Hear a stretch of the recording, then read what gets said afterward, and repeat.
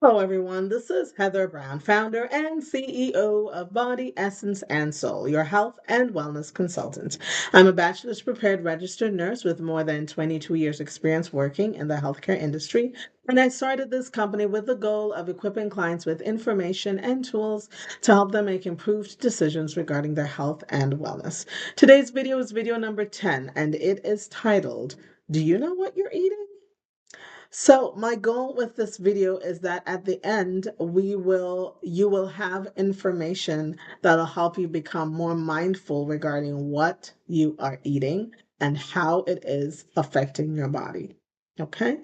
Alrighty. So, here we go. So I wanted to start by letting you know that when we eat food, it affects our genetics, specifically our DNA, for the better or for the worse. If we're eating healthily, it's affecting our DNA for the better. If we're eating unhealthily, it's affecting our DNA for the worse. And how the negative effects manifest is in the form of a lot of cysts in our bodies, cancer diagnoses, rheumatologic disorders, disorders where our body is attacking itself, because the body is made to heal itself, but it has to be given the tools in the form of food to help it heal itself. If it's given unhealthy substances, then the body's going to end up attacking itself ultimately. Now, several years back, more than a decade ago, I was consuming a trail mix, and in the trail mix was what was supposed to be a pineapple. Now, as you know, all the fruits in the trail mix are dehydrated, so they're all dried out. And so this piece of pineapple was not recognizable as pineapple, but I was eating it under the assumption that, hey, they say it's pineapple, so I'm eating it. I'm eating this trail mix. But as I was eating the pineapple, I just had this thought there. Do you know what you're eating? And I answered myself. I said, really, no, I don't know what I'm eating. And so that got me to thinking. And the thinking ultimately led me to decide to stop eating trail mix altogether, because a lot of the stuff that was in it, I couldn't really vouch for. I couldn't say for sure this is that fruit and for sure this is the other fruit.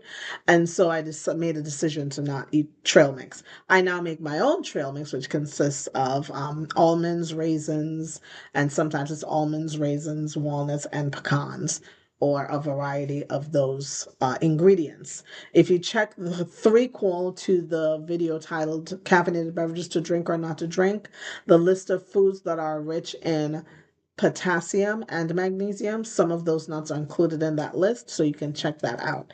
But my homemade trail mix is now healthy that I'm consuming. So I just wanted to share that to show you that it's really important that we pay attention to what we're eating. It's always best to go with the food that's where you can recognize it easily, that you don't have to take the manufacturer's word for what the food is, that you can look at it and say, this is carrots, this is broccoli, this is cabbage, etc., etc. A few years back, I heard a commercial. It was either on the television or on the radio where they were advertising a snack made from beets, the vegetable. And they were encouraging people to purchase the beet snack. And I thought to myself, that's weird. Why don't they just encourage people to eat beets? I mean, if you had to choose between beets, the vegetable, versus a beet snack, the beet vegetable is going to win every time. And here is why. You are purchasing the beet vegetable. That's it. And you take it home and you prepare it however you desire, whether you want to boil it or bake it. You prepare it and you consume it. You know what you're consuming. On the other hand, the beet snack, that beet has to be altered in some way in order to make it palatable as a snack. And not to mention the preservatives that are added to it to prevent it from decaying in snack form. We don't know if those preservatives are carcinogenic or not, but it's very likely they're not fit for human consumption. So it's always best to go with the vegetable in its original form. When I'm teaching my patients about changing their diet, I always encourage them to eat the fruits themselves or buy the fruit and juice them in their home, as opposed to buying the fruit juices from the supermarket. Here is why. The other day, I have a juicer at home, and the other day I juiced some. apples with my juicer. And it's the type of juicer that when you juice it, you don't get all the residue from the skin or anything. You just get the juice, and the residue is left. You either throw it away or do something else with it. So, but it takes almost a full bag of apples to produce an 8-ounce glass of apple juices. And so, as you can imagine, for the manufacturer who wants to get a bigger bang for his buck in terms of a bag of apples, he wants to get as much juices from that bag of apples as possible. That manufacturer is going to be stretching the apple juice by adding probably water, high fructose corn syrup, and definitely preservatives and possibly other chemicals in order to stretch the juice so he or she has gotten a bigger bang for their batch of apples. Okay, so the apple juice in the supermarket is the juices in general in the supermarket are always going to be tainted. It's always best if you want juices, you bring the fruit home, you juice the fruit yourself, or you just eat the fruit in its fresh form from your bowl, from your fruit bowl. Okay, that is always best because you know what you're consuming, you know there's no preservatives in it. I will say that the only caveat is for some of us who don't have, say, a fruit garden, a fruit orchard in our garden or a vegetable garden. We If we don't have that, and I'm not being sarcastic when I say that, there are people who do that. So if we don't have that, then we have no control over the pesticides and the fertilizers that are used on the fruit.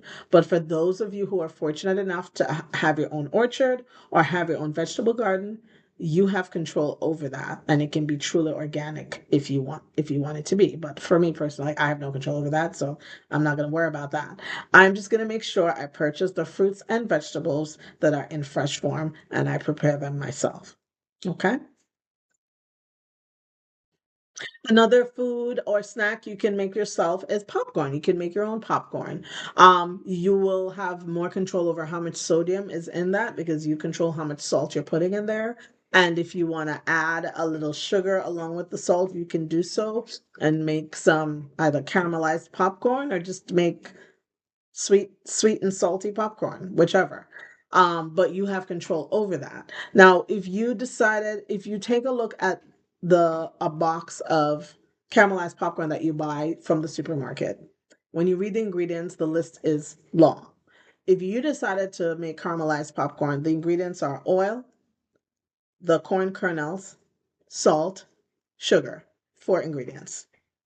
But on the box from the one made in the supermarket, it's going to be way long. So that lets you know that a lot of the foods or the snacks that we're consuming has a whole bunch of chemicals in them that we really don't need to be consuming. They may be carcinogenic. They're definitely not fit for human consumption, and they're negatively affecting the genes in the long run, or the DNA. Okay. Um, a point I wanted to make to emphasize how the body's made to heal itself is the other day I was cooking and chopping up some vegetables, did not realize how close my finger was to the knife, so I inadvertently chopped off a piece of my fingernail along with the nail bed that's attached to the fingernail. It sounds scary and gross. Sorry, I'm not trying to gross out those who are queasy, but that's what happened. So I'm a nurse, so it didn't freak me out. I just put it in some ice cold water to stop the bleeding, and I wrapped it with some clean dressing, and just made sure I kept changing the dressing as frequently as was needed, kept that wound covered because that's how we prevent an infection from developing.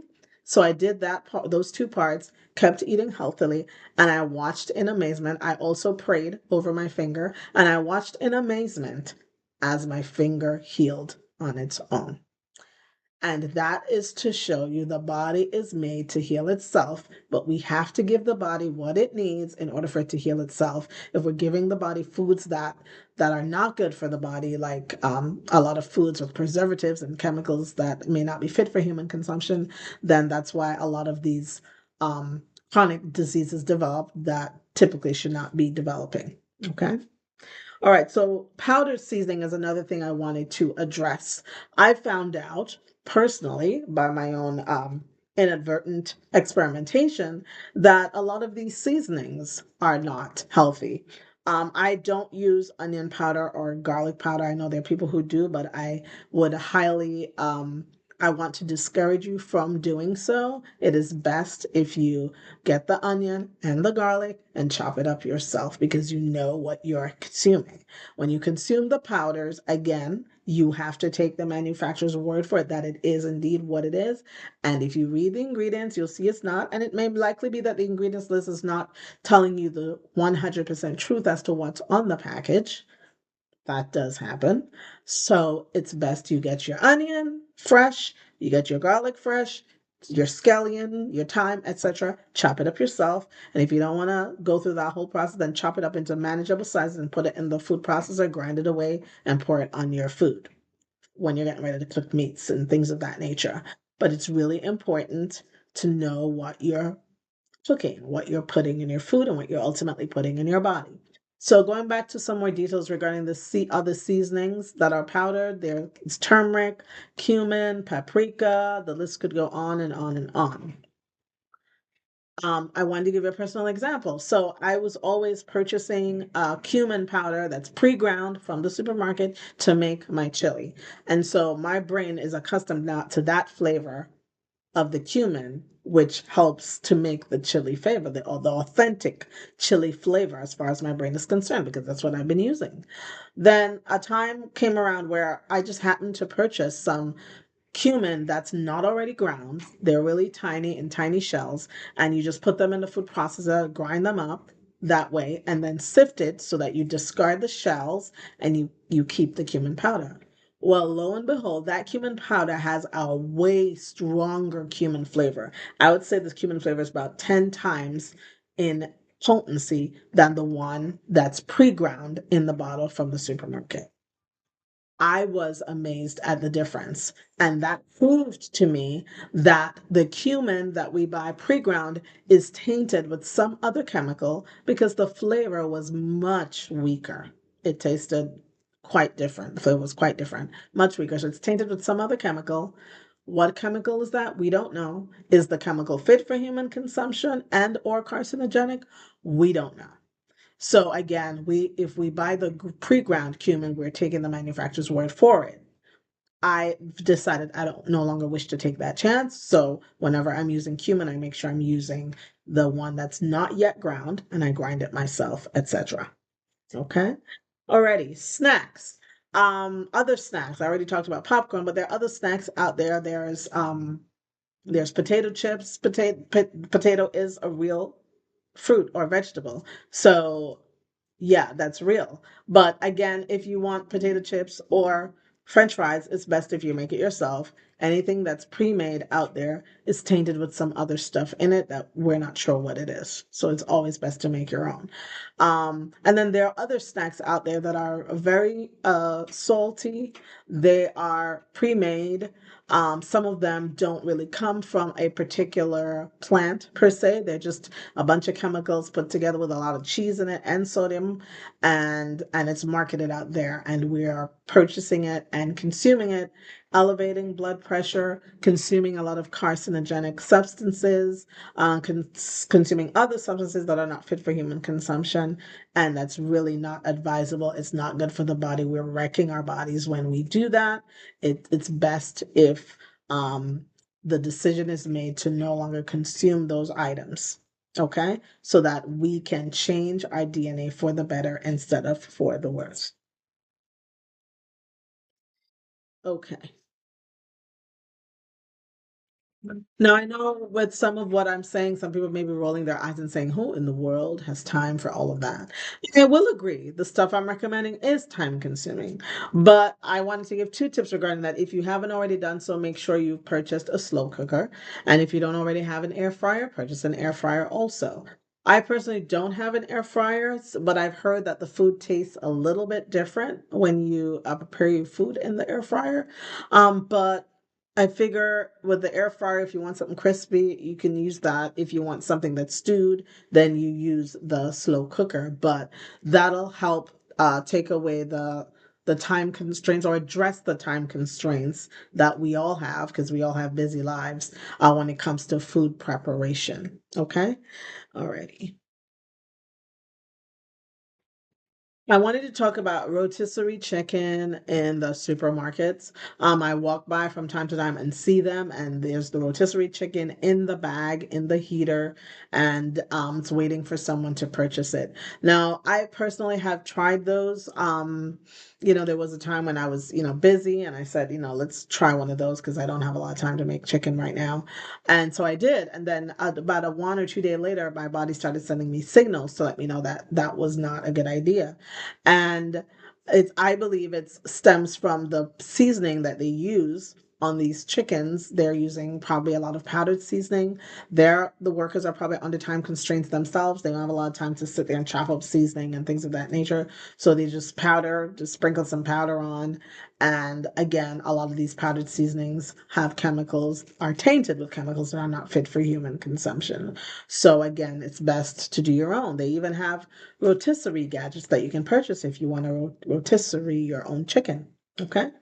All right. And so, just to wrap things up, I just wanted to remind you of the importance of paying attention to the signals your body is sending you when you are consuming foods.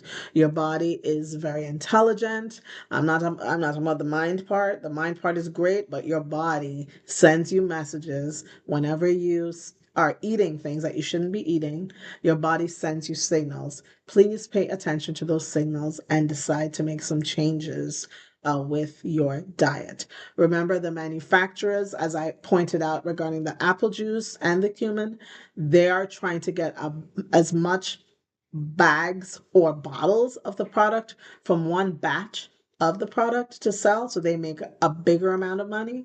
So they're going to stretch those products as much as they can to match their projected bottom line. It's really important that we as consumers, that we are mindful of what we put into our bodies to address the physiologic and anatomic bottom line in our bodies. Okay. I hope this information was helpful. It's not my goal to scare anyone. Just want to give you information for you to decide if you want to continue with the status quo or make some changes. Hope this information was helpful. Thank you so much for watching. Be sure to like and subscribe. You can reach out to me via email or the consultation link provided in the description below. And until next time, make a commitment to stay healthy in your body, your essence, and your soul. Bye for now.